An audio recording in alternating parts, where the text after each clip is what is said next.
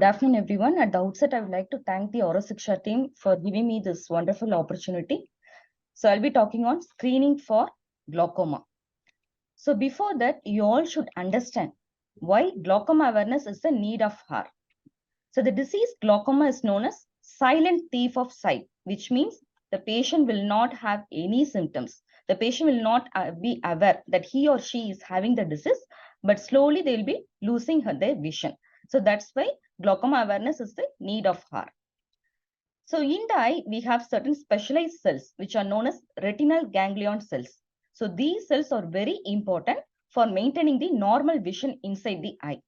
So glaucoma is a disease which is going to affect this retinal ganglion cells. But this damage is not going to happen at a stretch. It is going to happen very slowly without the patient being aware that the damage is going on inside the eye. So this leads to peripheral visual field loss in early stages, and later on it may end up with central vision loss.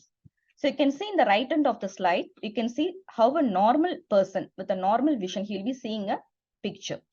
And the second image, this shows how a person with an early stage of glaucoma, he will not appreciate any symptoms because his central vision will be very good. And next, this is an image, how a patient with a moderate glaucoma. So in early and moderate stage, the patient will not appreciate any significant symptoms. It is only at the advanced stage when the patient is going to have his significant drop in central vision, only then the patient will be appreciating there is some problem with his vision. Only then the patient will be visiting the hospital. So it is very important, like whoever is involved in the ophthalmic care, we have to diagnose glaucoma at an early stage so as to prevent this irreversible blindness. So glaucoma is responsible for 8 to 12% of blindness and 11.4% low vision morbidity in India. So it is the second most common cause of blindness after cataract. It is accounting for about 7 to 8 million bilaterally blind people. As I've already mentioned, most of the patients, that is in early and moderate stage, they will not have any symptoms. Just they will be visiting the hospital for some other purpose, like change of glasses or some other non-specific symptoms like irritation, watering, and glaucoma may be diagnosed accidentally. Only rarely the patients may be symptomatic, which happens with very advanced stage of glaucoma and few subtypes of acute onset glaucomas. So here the patients may have redness, watering, and drop in vision, pain around the eyes, headache, and also the patient may complain of frequent change of glasses because they may not be comfortable with their own glasses. So how do we diagnose glaucoma? As Rajati's sister has already mentioned, torsion examination is a very important test to assess the anterior chamber depth. So you have to look for the anterior chamber depth, whether it is a normal depth or it is a shallow depth. If you suspect that anything is abnormal, that the patient is having a shallow AC, then immediately you have to refer to the base hospital. And the next test is most important one, that is recording intraocular pressure. So the normal intraocular pressure, it ranges from 10 to 21 mm of mercury. If the patient is going to have more than 21 mm of mercury, we call it as high intraocular pressure. So the intraocular pressure can be recorded with various instruments. Like first image showed shear tonometry, and the next one is NCT, which is non-contact tonometry. So this is available in almost all hospitals and vision centers. This is used as a screening test for diagnosing glaucoma. And the third image, this is a Goldman's applanation tonometry.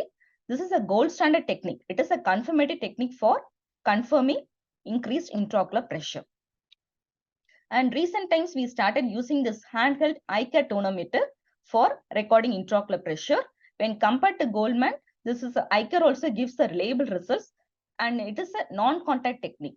This Goldman is a contact technique. There are chances of cross-contamination and cross-infections. And finally, if all these instruments are not available, then you can do a digital palpation technique. So although this is less accurate when compared to all these techniques, still you will get an idea whether the patient's eyeball is soft, firm, or hard. If the patient's eyeball is firm to hard, then you have to refer the patient to your base hospital for further glaucoma evaluation. So I'll be showing a video of how dilated fundus examination is done. So this is very important. Dilated fundus examination is very important for diagnosing glaucoma. Here you can see a patient with a normal pupil. You are going to install a dilating eye drops and the pupil is getting slowly dilated. So this is like you are opening a door and you are viewing whatever is inside the room. So you are getting a detailed view of the retina. So what you see here is the retina, and the central part, which what you see is the optic disc, and here it is the macula. So both optic nerve and macula, they are very important for normal vision function. So this optic nerve, you can see a lot of vessels are emerging, and the central pale part, this is known as a cup. So this is an empty area. There is no any nerve fibers present here, and the pink one, the surrounding one, this is the most important area where the neuroretinal cells are present. With glaucoma, due to progressive damage, this empty area keeps on increasing and there occurs the increase in cup disc ratio. So a simple dilated fundus examination will help us in preventing the glaucoma related blindness. So this fundus image is showing a normal optic disc. You can see the normal optic disc, and the central pale part is the cup. So this is the empty area. Ideally, the cup should be less than 40% of the disc size. So if it is going to be more than 40%, then you should suspect something is abnormal. So as you can see in the other image, here there is an increase in the cup disc ratio. You can see, you can very well make out when you compare to the normal disc, there is an increase in the empty space due to progressive damage of the retinal nerve fiber layer. And this patient is having very advanced glaucoma. And there are a lot of signs and symptoms which we can specifically say for glaucoma. But the most important thing which you should think of is increase in paler, that is increase in cup disc ratio, central pale area. If it is going to be increased, then definitely you have to refer the patient. I'll be showing you a few fundus images where the patient is having a significant cupping. So here also you can see a patient with a moderate glaucoma where the increase in the cup disc ratio, here the cup disc ratio is about 0.8. The patient is having a moderate glaucoma. And here you can see the patient is having a cup disc ratio of about 0.7 along with the disc hemorrhage. Along with this dark area, we call it as a retinal nerve fiber layer defect. So this signifies the patient is going progressive optic nerve damage. So this patient needs immediate referral to a base hospital. So you have to look for the torchlight examination for the shallow anterior chamber, or if the patient is having a high intraocular pressure, or if you notice something is abnormal, that is increase in cup disc ratio, then immediately the patient should be referred for detailed glaucoma evaluation. So now you would have got an idea why early detection is very important in preventing this glaucoma related irreversible blindness. So early detection is the best defense against glaucoma. So who are the patients who are at high risk of developing glaucoma? First and foremost is family history of glaucoma. If there is a family history of glaucoma, then glaucoma screening has to be done. That is intraocular pressure recording and the fundus imaging. And next is age more than 40 years. So age is also a significant risk factor for glaucoma. And next is systemic diseases. Like if the patient is having a history of diabetes, hypertension, cardiac disease or thyroid, then whichever is going to compromise the blood supply to the optic nerve head, then the patient may be at risk of developing glaucoma. Or if the patient is having high myopia, like more than -6 or high hypermetropia or more than +6, then glaucoma evaluation has to be done.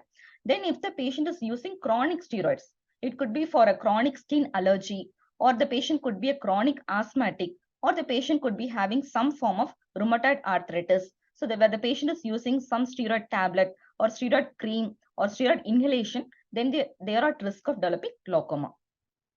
And finally, smoking and eye injury, whether penetrating or a blunt eye injury. So these are various risk factors. So the patient is at high risk of developing glaucoma. So you have to do a detailed IOP recording and a fundus evaluation.